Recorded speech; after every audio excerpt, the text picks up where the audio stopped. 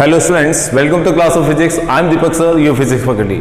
Today we are going to discuss cosine rule and sine rule.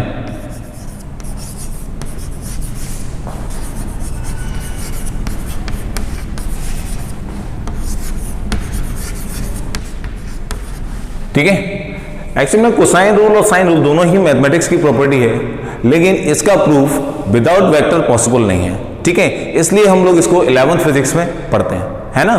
तो सबसे पहले हम लोग बात करते हैं what is cosine rule. Cosine rule, ठीक है, क्या होता है कोसाइन रूल, आइए देखते हैं। बच्चों, कोसाइन रूल अगर किसी भी ट्राइंगल चाहे कोई सा भी हो, ठीक है, उसकी अगर तीनों साइड नोन है, अगर ये तीनों साइड नोन है तो इनके बीच का एंगल हम लोग फाइंड कर सकते हैं with the help of cosine rule.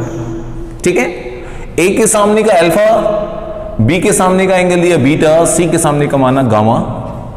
ठीक है, तो cos alpha is equal to b square plus c square minus of a square upon twice of b c cos beta is equal to C square plus a square minus b square upon 2ca and the third one cos gamma is equal to a square plus B square minus of C square upon 2bc।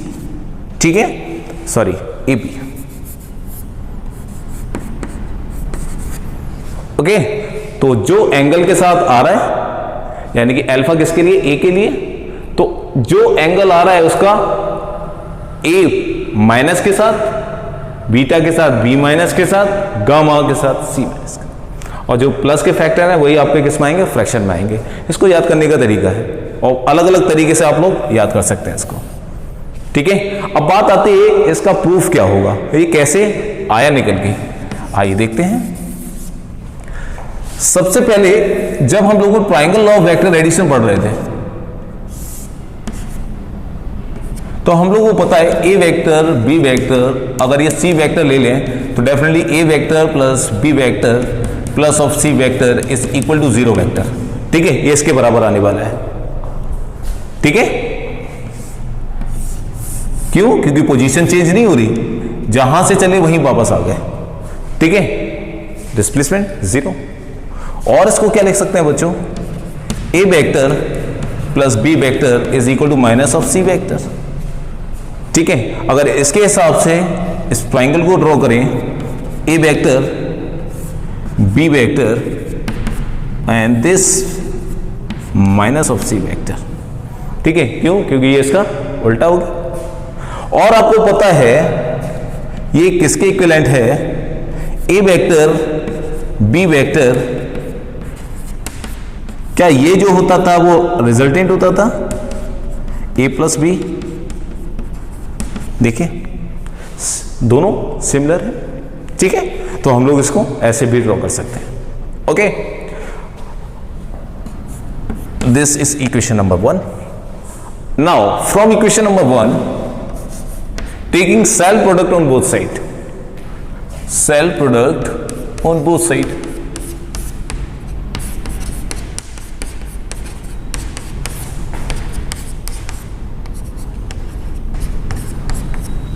क्या आने वाला है बच्चों, a plus B का whole square is equal to minus E, that is C square. Open करोगे इसको, a square plus B square plus 2ab cos, इन दोनों के बीच का एंगल देखें, a और b के बीच का एंगल, a और b के बीच का एंगल दिस गामा, तो हम लोगों को लेना है gamma, this gamma is equal to C square. लेकिन बच्चों यहां सोचने वाली बात है, क्या ये गामा यही होगा कि कुछ और होगा। ठीक है, आइए देखते हैं। बच्चों ये वाला एंगल था अल्फा, ए के सामने वाला, बी के सामने वाला बीटा एंड सी के सामने वाला गामा। ठीक है, ये हम लोगों ने एंगल कंसीडर किया था। अगर मैं ए और बी के बीच का एंगल ड्रॉ करूं तो वो एंगल होगा क्या? तो बच्चों एंगल वही लेते हैं, एंगल वही लिया जाता है जहां दो वेक्टर की टेल से टेल मिल रही हो। तो बच्चों मुझे ए और बी के बीच का वेक्टर चाहिए, तो मैं पैरेलल शिफ्ट से ए वेक्टर को लिख सकता हूं, दिस इज ए वेक्टर, और ये हो गया बच्चों आपका बी वेक्टर। तो इन दोनों के बीच में जो एंगल होगा बच्चों ये this is 180 minus gamma, this is 180 minus gamma. Clear? अब अगर ये 180 माइनस गामा है तो यहां पर क्या लिखेंगे? गामा लिखेंगे, 180 gamma, that is 180 minus gamma. तो A square plus B square plus 2ab cos 180 minus gamma is equal to C square. ठीक है, that can be written as A square plus B square 180 minus theta, that is minus of theta, that is A B cos gamma is equal to C square. ठीक है, तो यहां से 2ac A B cos gamma is equal to किसके बराबर हो जाएगा? A square plus B square minus of C square upon, अगर मैं यहां 2ab को नीचे ले जाऊं, चलिए एक स्टेप और ले लेते हैं, cos gamma is equal to a square plus B square minus c square upon 2 of a b. ठीक है, यहां देखिए दिस वे। तो इस तरीके से हम लोग एंगल निकाल सकते हैं। ठीक है, उसी तरीके से ये तो अल्फा गामा के लिए निकाला, दैट इज ए और बी।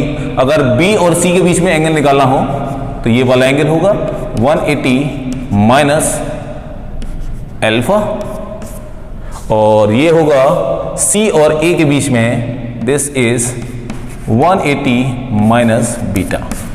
ठीक है, इस तरीके से आप वैल्यू रखिए, एंगल्स रखिए और आप आंसर को निकाल दीजिए। ठीक है, तो ये इस तरीके से एंगल्स को हम लोग इजीली निकाल सकते हैं। क्वेश्चन लोग कब वैलिड है? जब किसी भी ट्रायंगल की जो आर्म्स हैं ये नोन हो तो इनके बीच का एंगल हम लोग निकाल सकते हैं। ठीक है, देखो इसको, हो गया। आइए देखते हैं साइन रूल।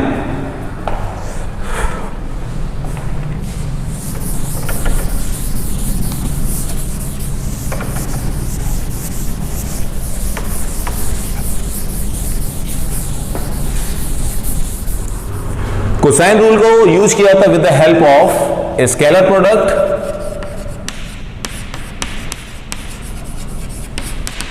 अब साइन रूल का यूज होगा बच्चों with the help of vector product, with the help of vector product. तो देखिए पहले कोसाइन रूल, एंगल सेम वही पहले की तरह, A vector, B vector and C vector. ठीक है, इसके सामने का अल्फा, बी के सामने का beta, and this is gamma, A vector, B vector and this is C vector. ठीक है, चॉकलेट पहले, ठीक है। ये तो इसको कैसे लिख सकते हो बच्चों? A plus B plus C vector is equal to 0। ठीक है, पहले वाले की तरह। लेकिन जब साइन रूल होता है तो हम लोग जो एंगल निकालते हैं वो देखो कैसे निकालेंगे, A upon sine alpha is equal to B upon sine beta and C upon sine gamma. यह है बच्चों साइन रूल। लेकिन ये प्रूफ होके कैसे आएगा, आइए देखते हैं। A plus B plus C is equal to 0। ठीक है, अब आपने क्या करना है, सबसे पहले अगर मैं एंगल्स की बात करूं तो बच्चों ए और बी का एंगल 180 माइनस गामा, अभी जैसे साइन किया था वैसे ही ये एंगल होगा 180 माइनस अल्फा, और बच्चों ये वाला एंगल होगा आपका 180 माइनस बीटा। ओके, अब देखो A vector plus B vector plus C vector is equal to 0, तो हम लोग इस वेक्टर में इस पूरे फैक्टर के साथ किसी भी वेक्टर का क्रॉस प्रोडक्ट कर लें। आइदर ए या बी के साथ या सी के साथ, किसी भी वेक्टर के साथ अगर हम लोग इसका क्रॉस प्रोडक्ट कर देते हैं तो वैल्यू देखो जरा, A cross A plus B cross A plus C cross A vector is equal to this will 0। ठीक है, ये 0 के बराबर। क्या लिख सकते हो इसको, A cross A, magnitude of A magnitude of B cos, अब दोनों सेम, अगर दोनों वेक्टर सेम तो इन दोनों के बीच के एंगल सोचना ही नहीं है, दैट इज सॉरी साइन आएगा ना, क्रॉस है 0। ठीक है, अगला देखें, B cross A, magnitude of B magnitude of A sine, B और A के बीच का एंगल, यहां देखें B और A के बीच का एंगल कितना है, 180 माइनस गामा, 180 माइनस गामा। लेकिन डायरेक्शन देखो B टू A क्लॉकवाइज, तो साइन बच्चों किसका आएगा, माइनस का। ठीक है, क्यों, क्योंकि ये क्या बना रहा है बच्चों, it has the clockwise direction.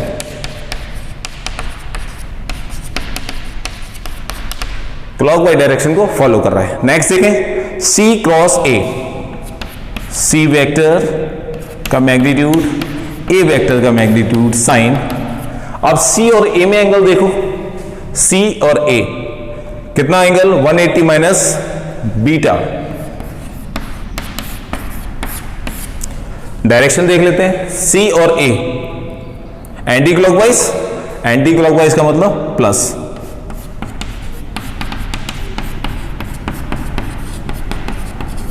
तो डायरेक्शन बच्चों इसकी plus is equal to 0। Okay, अब यहां देखो साइन 0 की वैल्यू 0, तो ये पूरा फैक्टर खत्म। ये कितना हो जाएगा, minus b a sine, sine 180 minus gamma, यानी कि sine 180 minus theta is sine theta, plus c a sine beta is equal to 0। Okay, so it can be written as CA sin beta is equal to BA sin gamma। A से A cancel out. ठीक है, अब A से A अगर cancel out हो गया तो यहां देखो C upon sine gamma, C upon sine gamma is equal to, यहां क्या बचा बच्चों, B upon sine beta.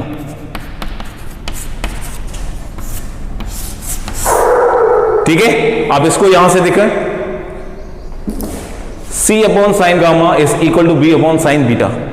Okay, अब नेक्स्ट, अगर मैं इसका B के साथ मल्टीप्लाई कर दूं, B के साथ मल्टीप्लाई, तो इसका रिजल्ट कुछ चेंज हो जाएगा। तो अगले दो फैक्टर आएंगे वो हो सकता है A और B के साथ आ जाए या A और C के साथ आ जाए। इसको देखें, फिर नेक्स्ट देखते हैं इसको। ठीक है, लिखो इसको। अगला देखें, अगर मैं यहां पर B वेक्टर के साथ क्रॉस प्रोडक्ट कर दूं इसका, तो देखें क्या आएगा, A vector cross of B vector plus B vector cross of B vector plus C vector cross of B vector, यहां पे भी बच्चों आपका B vector is equal to 0। ठीक है, इसको तो हम डायरेक्टली 0 लिख सकते हैं। ठीक है, अब आगे देखें,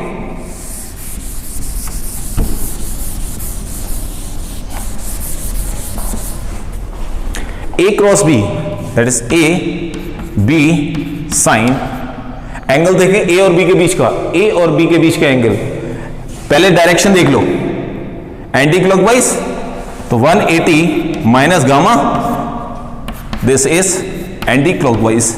ओके, अब नेक्स्ट प्लस सी बी, सी कहां है, बी ये रहा, तो क्लॉकवाइज, क्लॉकवाइज का मतलब माइनस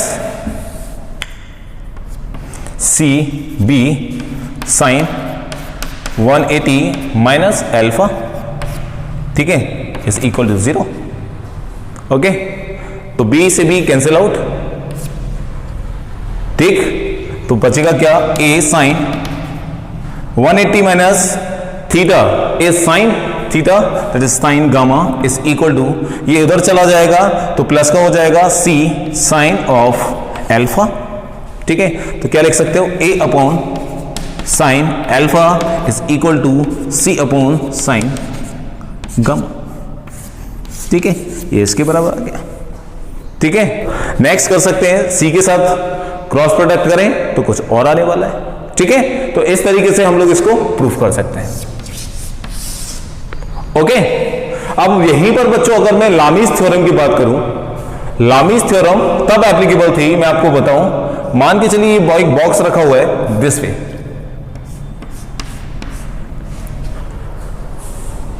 इस पर फोर्स इधर से लगे, एक फोर्स यहां से लगे और एक फोर्स यहां से लगे, F1, F2 और F3। अगर ये तीनों फोर्स बराबर हो तो ये बॉक्स कहीं पर भी जाने वाला नहीं है, कैसा रहेगा, हमेशा इक्विलिब्रियम में रहेगा। ठीक है, इक्विलिब्रियम में रहेगा। अगर ये इक्विलिब्रियम में रहेगा तब लामीज थ्योरम एप्लीकेबल है। ठीक है, तभी हम लोग लामीज थ्योरम को लगा सकते हैं। अगर इस पॉइंट पर लगने वाला जो फोर्स, यानी कि दिस द वेक्टर, क्योंकि सारे के सारे फोर्सेस वेक्टर क्वांटिटी होती है, अगर मैं फोर्सेस की बात करूं इस पॉइंट पर लग रहे हैं तो इस पॉइंट पर डिस्प्लेसमेंट क्या होगा, जीरो, क्योंकि ये हमेशा क्या होगा, इक्विलिब्रियम में होगा। तभी लामीज थ्योरम पॉसिबल है, तभी हम लोग लगा सकते हैं लामीज थ्योरम को। और लामीज थ्योरम भी यही, A upon sine alpha is equal to B upon sine beta is equal to C upon sine gamma.